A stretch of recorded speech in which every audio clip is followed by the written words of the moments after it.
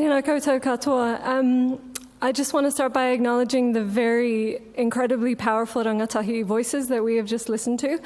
And I give you permission and, in fact, encourage you to completely zone out during my talk or go have a cup of tea and reflect on what they have just said, because it's more important than what I am about to say.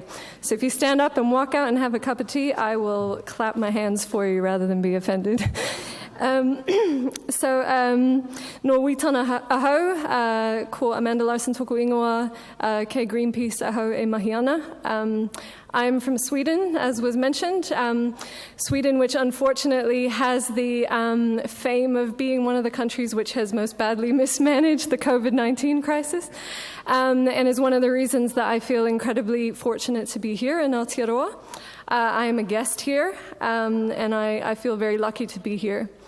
And I also want to acknowledge that, like myself, there are many people in this room who have family members or friends in other parts of the world where COVID is very much still ravaging people's lives. And just want to, take some time to acknowledge that while we're past the worst of it here, I hope it's certainly a crisis that is ongoing. And as we know, COVID spread because of international air travel, which is the privilege of the wealthy. One of the reasons why Sweden has so much COVID-19 is Sweden is a wealthy country where people travel a lot. They went skiing in Italy, and there you go, that's what happens. Then you get government mismanagement, and then you get really poor outcomes. But as we also know, the COVID-19 pandemic has disproportionately affected those who are already marginalized, people in poverty, people of color, people with disabilities. So in some ways, it's very similar to the climate crisis in the sense that it is being caused, or the spread of the illness is the result of the actions of the privileged, but the outcomes are disproportionately affecting those who are already oppressed and marginalized in our society. So I think that's an important lesson for us of the interconnections between health and the way we treat the natural world. One of the lessons that COVID-19 has taught us, excuse me, is that when we destroy nature, we open the door to harmful diseases that put people's health at risk, and in extreme cases like COVID, cause our societies and our economies to grind to a halt. But the opposite is also true, that we are part of nature, and when we treat it well, nature looks after us. Because nature, when it is healthy and functioning, limits disease transfer. There are natural barriers that prevent diseases from transferring from animals to humans, as we saw happened in the case of COVID-19.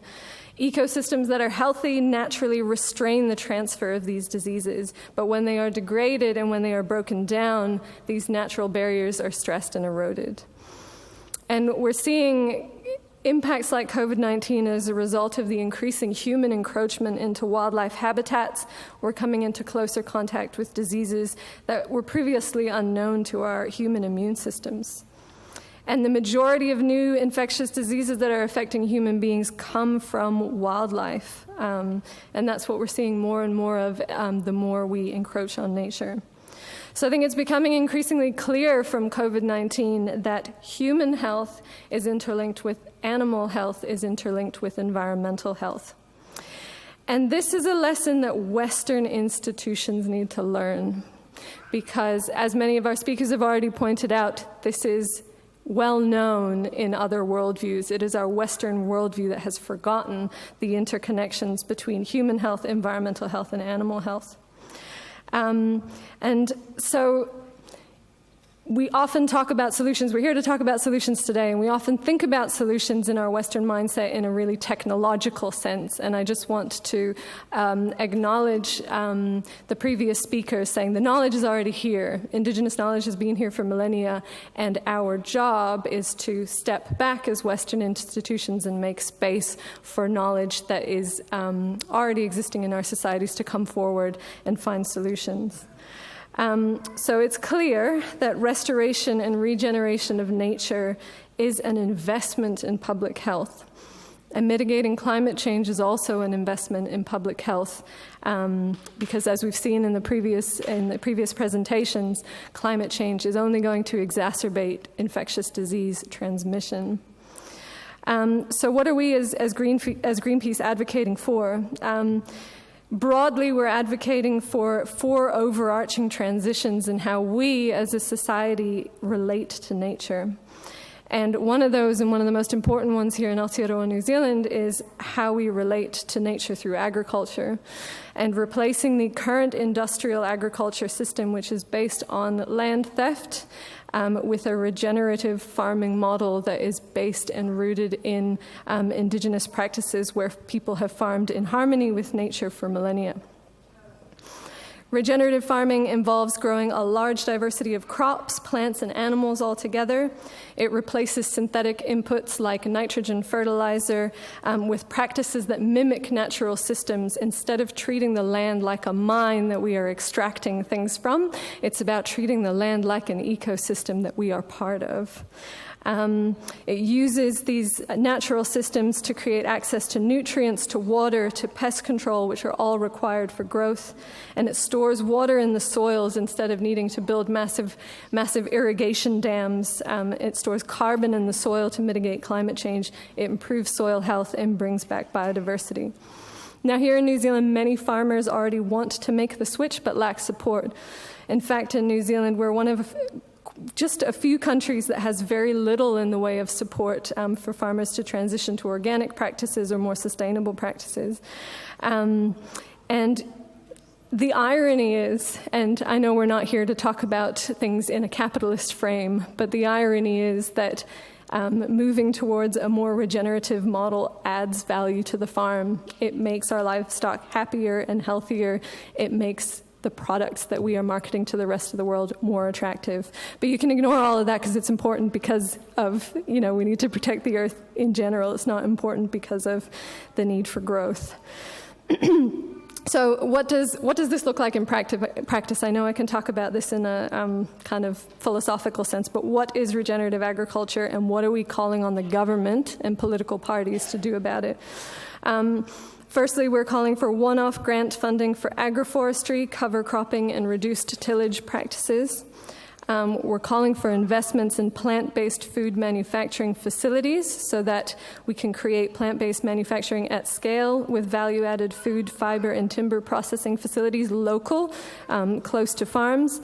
We're calling for investment in research and development, in training and advisory services to actually support farmers to switch to regenerative. And we're calling for organic compost and feed and seed production facilities as an alternative to synthetic nitrogen fertilizer. So agriculture is the big shift here in New Zealand, and I could stop there, but there are plenty of other things that we can do. The second transition that we're calling for is the replacement of fossil fuels like oil, gas, and coal with locally produced and locally owned renewable energy. We can power our homes and our transport systems and our businesses using the sun that is shining down on our roofs. I know you know this.